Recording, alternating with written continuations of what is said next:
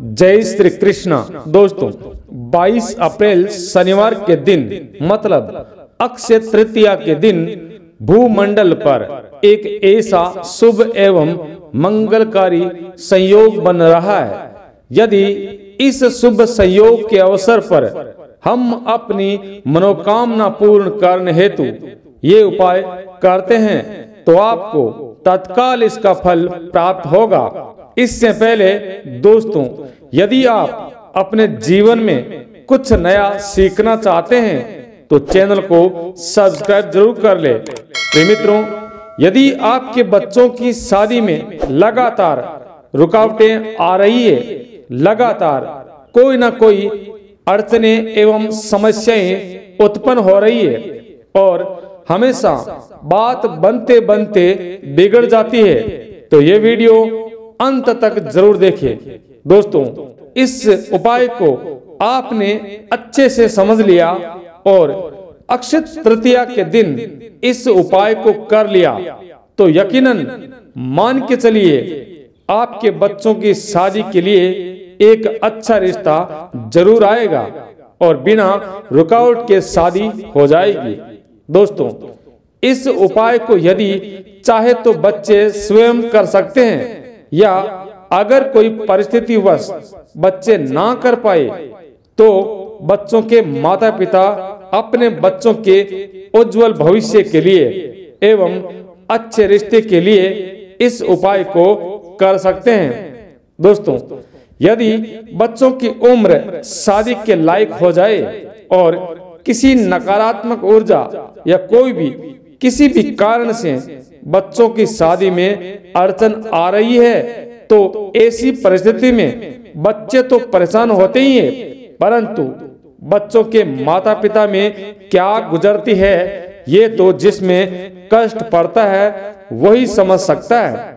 संसार के प्रत्येक माता पिता की यही इच्छा होती है कि हमारे बच्चों की अच्छी एवं जल्दी शादी हो जाए, उनका घर बस जाए, साथ ही एक ऐसा जीवन साथी बच्चों को मिल जाए जो पूरे जीवन भर उनका साथ निभा सके एवं सुख दुख में साथ दे सके।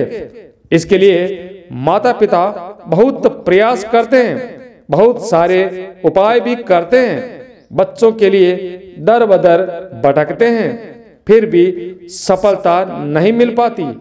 दोस्तों, ऐसा इसलिए होता है कि कई बार हमारे बच्चों की जन्म कुंडली में ऐसे दुर्योग बन जाते हैं जिनके कारण बच्चों की शादी में लगातार अड़चनें आती रहती है, रिश्ते भी आते हैं, बात भी आगे चलती है, परंतु कोई भी रिश्ता पूर्ण नहीं हो पाता और सफलता नहीं मिल पाती है। बीच में ही रिश्ता टूट जाता है और कई बार तो रिश्ता पक्का भी हो जाता है, लेकिन अंत में जाकर कोई न कोई ऐसी बात निकल आएगी जिसके कारण रिश्ता टूट जाता है। कभी लड़के वाले मना कर देते हैं तो कभी लड़की वालों की तरफ से मना कर दिया जाता है। कई बार हमें ऐसा लगता है कि अब की बार तो 100% रिश्ता हो ही जाएगा, परंतु फिर भी रिश्ता बिगड़ जाता है या फिर आपके बच्चों की उनकी इच्छा के अनुसार रिश्ता नहीं मिलता। इसके साथ ही कभी कभी रिश्ते तो बहुत आते हैं परंतु आपके लेवल का नहीं आता, और यदि आपके लेवल का रिश्ता आ जाए तो वो रिश्ता टिकता नहीं है और टूट जाता है। दोस्तों, यदि आप इन सारी समस्याओं से परेशान है तो हमारे धार्मिक शास्त्रों में, हमारे सत्य सनातन धर्म में इन सभी के उपाय एवं महा उपाय बताए गए हैं और कुछ महाशक्तिशाली उपाय भी बताए गए हैं। तो दोस्तों, शास्त्रों के अनुसार जो उपाय है जिसमें से एक उपाय आज हम आपको इस वीडियो के माध्यम से बताने वाले हैं जो आपको अक्षय तृतीया के दिन करना है। दोस्तों, अब हम आपको बताएंगे कि ये उपाय आपको कब एवं कैसे करना है। दोस्तों 22 अप्रैल 2023 को शनिवार भी है एवं अक्षय तृतीया का पर्व भी इसी दिन मनाया जाएगा और आपको ये उपाय अक्षय तृतीया के दिन यानी 22 अप्रैल 2023 को ही करना है। दोस्तों ये उपाय को आप सुबह से लेकर शाम तक किसी भी समय कर सकते हैं और यदि आप ज्यादा अच्छा फल प्राप्त करना चाहते हैं तो सुबह के 11 बजे से पहले पहले ये उपाय आपको करना है या फिर 4 बजे से लेकर सूर्यास्त तक आपको ये उपाय करना है। ध्यान रहे जब भी आपको शिव मंदिर खुला हुआ मिले उसी समय आपको ये उपाय करना है। दोस्तों अब आप ये अच्छी तरह से जान ले कि ये उपाय करने के लिए आपके पास क्या क्या सामग्री की आवश्यकता पड़ेगी या क्या क्या सामग्री आपको लानी चाहिए। दोस्तों आपके पास लगभग 50 ग्राम के आसपास काले रंग के तिल होने चाहिए। लगभग 50 ग्राम 30-40 ग्राम भी चलेगा, कोई बात नहीं।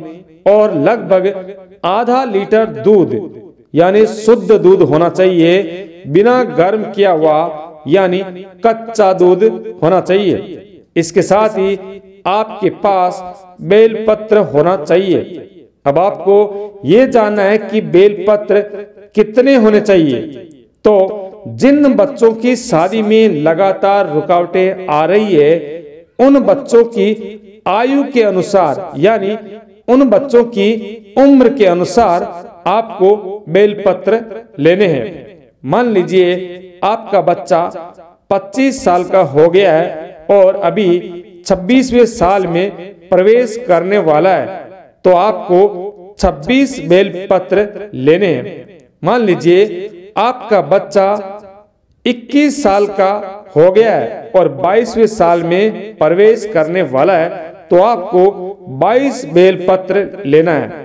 परंतु ध्यान रखें जो भी बेलपत्र आप लेते हैं या बाजार से लेकर आते हैं तो साफ सुथरे होने चाहिए, कटा फटा नहीं होना चाहिए, सूखा हुआ नहीं होना चाहिए यानी हरा भरा होना चाहिए। इसके साथ ही बेलपत्र में कहीं भी किसी भी प्रकार का छोटा या बड़ा छेद भी नहीं होना चाहिए, ये सब नहीं चलेगा। अब आप बोलेंगे कि हमारे गांव में बेलपत्र नहीं है और बेलपत्र की आपको दिक्कत है, तो इसका भी उपाय मैं आपको बता देता हूँ। आपके आसपास जो भी भगवान शिव का मंदिर है आप वहाँ चले जाइए, वहाँ पर आपको पुजारी या पंडित तो जरूर मिलेगा। तो आप उन्हें बोलिए, क्योंकि शिव मंदिर के हर पुजारी को पता होता है कि बेलपत्र आपको कहाँ से मिलेंगे, तो आपको पंडित बता देंगे या फिर कई बार शिव मंदिर के सामने ही आपको बेलपत्र मिल जाते हैं क्योंकि वहां पर बेचने वाले बैठे रहते हैं। तो आपको बस 3 चीजें यानी 3 प्रकार की सामग्री इकट्ठी करनी है।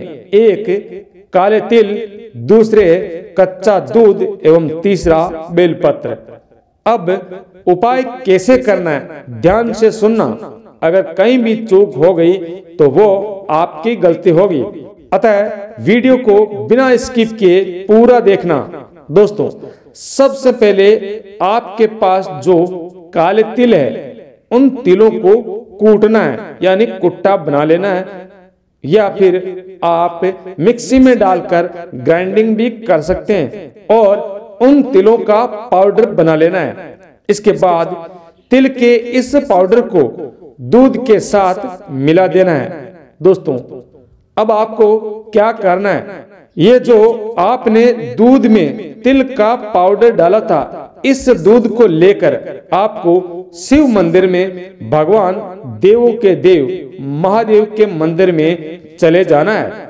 अब आपको सबसे पहले भगवान शिव या शिवलिंग के सामने बैठ जाना है और सबसे पहले भगवान शिव से प्रार्थना करनी है कि हे मेरे मालिक, हे प्रभु, हे देवों के देव महादेव, मैं अपने बच्चों की शादी के लिए ये उपाय करने जा रहा हूँ या जा रही हूँ, या फिर बच्चे स्वयं जिनकी शादी है वो मंदिर में जाकर ये उपाय करे, तो उनको बोलना है कि हे प्रभु, मैं अपनी स्वयं की शादी के लिए ये उपाय करने जा रहा हूँ या करने जा रही हूँ।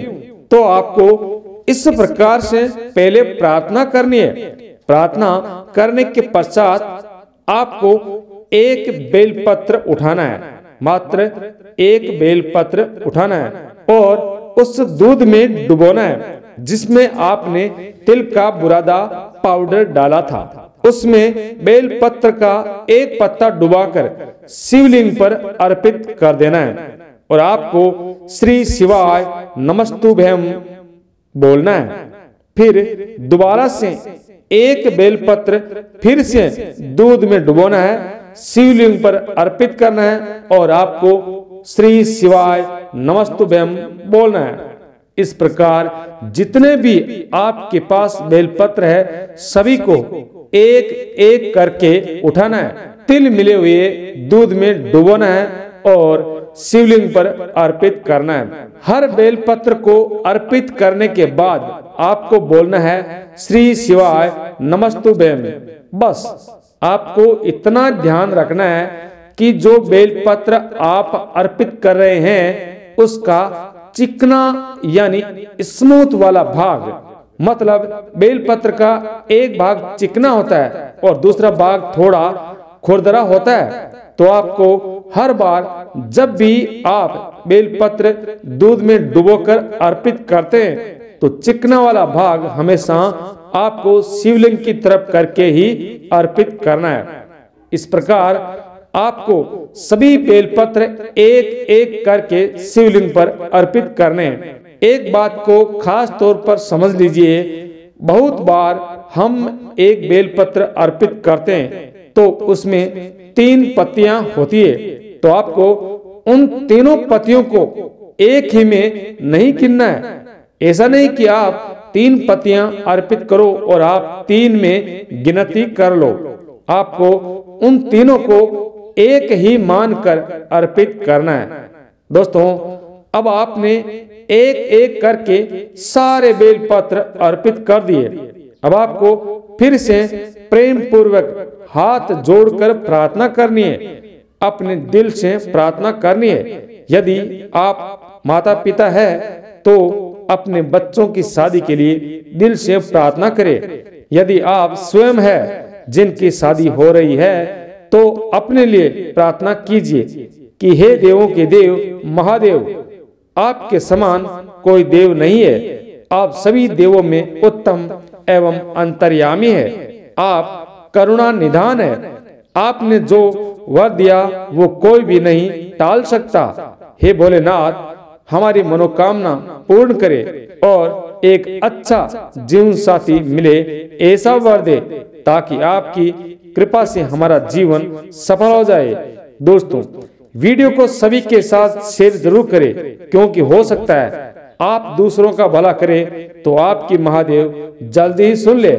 जय श्री कृष्णा, राधे राधे।